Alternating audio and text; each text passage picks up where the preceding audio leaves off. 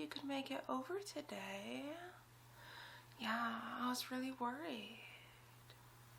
It just seems that you're so busy lately. You're always working late or helping to take care of your mom or seeing your sister.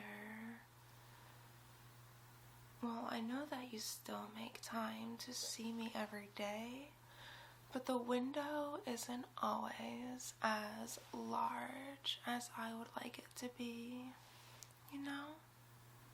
Which is part of the reason I wanted to have a little talk today. Yeah, go ahead and sit down. It needs to be one of those big relationship talks, not just a quick little thing we can get over, because this is a really big problem. Like breakup levels of issues going on here, okay? Oh, no, I didn't ask for your input yet. It's actually my turn to speak right now. Okay, so just shh. Can you be quiet right now? Yeah, I'm just saying right off the bat, you trying to interrupt me, it doesn't really lend itself to the most stable environment for us to discuss our relationship issues, okay? Okay, great. I'm glad we're on the same page now. I just want to be sure that you're actually listening to me, because you know how I hate to repeat myself. Like, it drives me absolutely crazy when you just don't listen, which is another problem that we have, but I don't think we should get too into that. I don't think you can really help that with you being you and all of your own little issues, as sometimes you're not the very best listener in the world.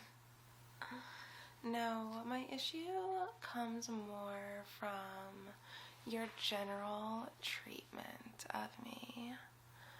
It's like you've gotten too comfortable with me. You don't treat me like a princess anymore, like literal royalty, like you did in the beginning. Do you remember when we first got together and you would text me all day long? Not this basic stuff that you do now. Like now you say, "Good morning, beautiful. How's your day going, gorgeous?" That's like basic stuff that everybody says to me all day long anyways. So what sets you apart as a boyfriend? You know?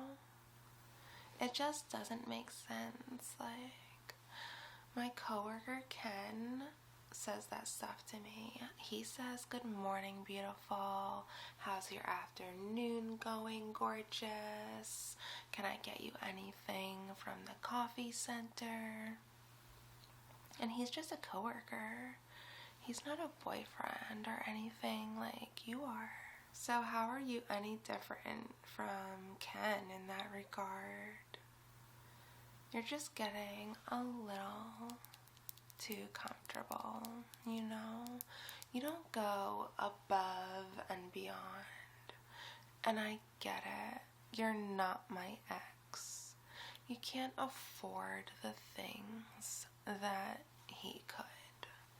And I don't fault you for that. I know that you can't fly me out every weekend for a little beach getaway. You can't surprise me with a new car on my birthday. It's a little bit above your budget. Even the lavish gifts that my ex got me all the time just because it was like a random Monday. I know that's above your pay grade, and I don't fault you for that. It's not your fault that you don't make as much as he did. You shouldn't feel bad for that. some people just don't have the earning potential of others. No one could blame you for that. And if I'm being completely honest, I was kind of into it when we first got together. You know? It was like this whole princess and the pauper story time, like a fable, a fairy tale, something special. So it was okay that you make a fraction of what my ex does, and you can't do for me what he did. That's fine. But the energy should still be matched, you know? Like, I understand you can't book us a private jet to just take off to Hawaii, but you can still do special things. You can still go out of your way to ensure that I have a special weekend that just blows me away and makes me fall even more in love with you, you know? Because that's how I want to feel all the time. I want to always be head over heels enamored with you, just always thinking of you and daydreaming about you, gossiping to all of my friends about you, just how great you are. You're so handsome. You treat me so special. You are my personal Prince Charming. But your current performance with this whole thing going on, I can't really say those kind of things to my friends. Honestly, if I told my girlfriends about our current relationship, I would be a little embarrassed. Like, you're just not treating me super special, phenomenally.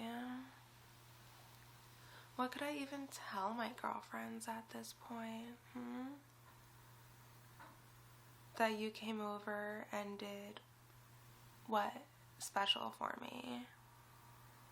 Like, what have you really done?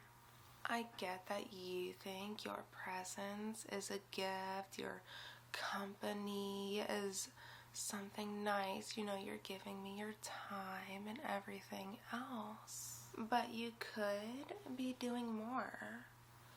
Like, get up an hour before me and get my meal prep done for the week. That's something small you can do, but shows me that you're putting in effort to making my life a little easier. Acts of service are definitely one of my love languages. I would actually say acts of service and gift buying are my two biggest love languages. And right now, there's a little bit of a language barrier.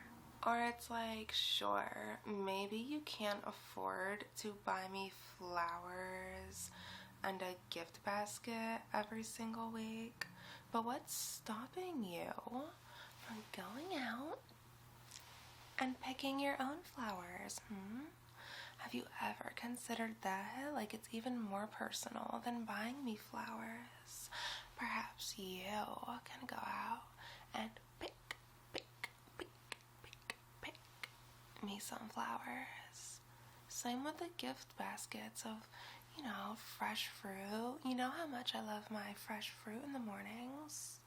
So why stress over how much a bowl costs when you can invest the one-time cost of planting a little fruit and vegetable garden in your yard? That would even feel super gratifying, knowing that you're growing your own produce and it's for your girlfriend. You know, the woman that you claim to love so much. Imagine how good it will feel to get out there and pull weeds and prune and fertilize. Look at all the big, juicy strawberries you're growing for me. Yeah, it's berry season right now. Blueberries love the cold weather, and I, in particular, would love it if you planted a golden raspberry bush. Yeah, I think that would be really nice of you. And then all you have to do is pay for like soil, fertilizer, whatever else plants need, you know, maybe some cute bowls to bring the fruit over. It doesn't even have to be fruit, it's all about the effort. I just feel like I signed up for this whole princess and the pauper fairy tale, and you're not really treating me like a princess anymore. Like, I know I had my problems with my ex. He was like a serial cheater and everything else, but he did treat me like the princess I am. He went above and beyond. He absolutely spoiled me. Like, I knew all about his transgressions, you know. I've told you all about all that crazy stuff he did. He's so trashy. But he did make me feel like a princess of a girlfriend, like a queen, like we were this power couple on top of the world. And I just feel like you could try harder to treat me like that.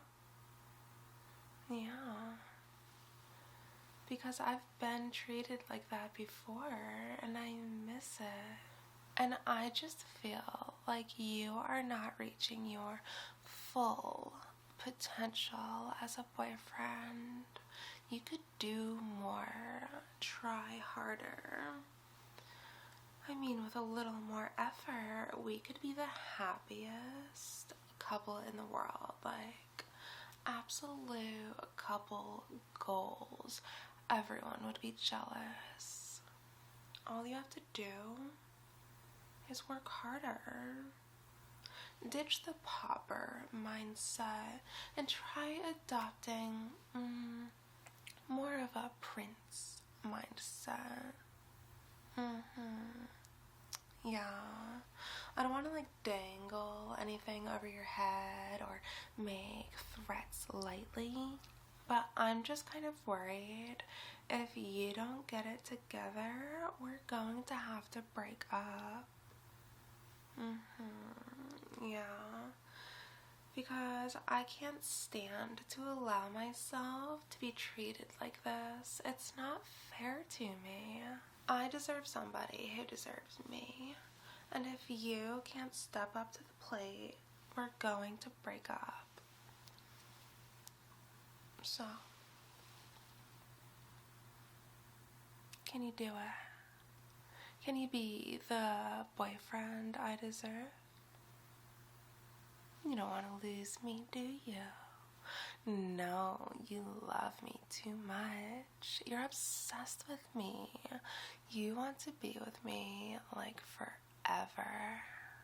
Yeah, like soulmate status, I know. So you're going to do whatever it takes to be my Prince Charming.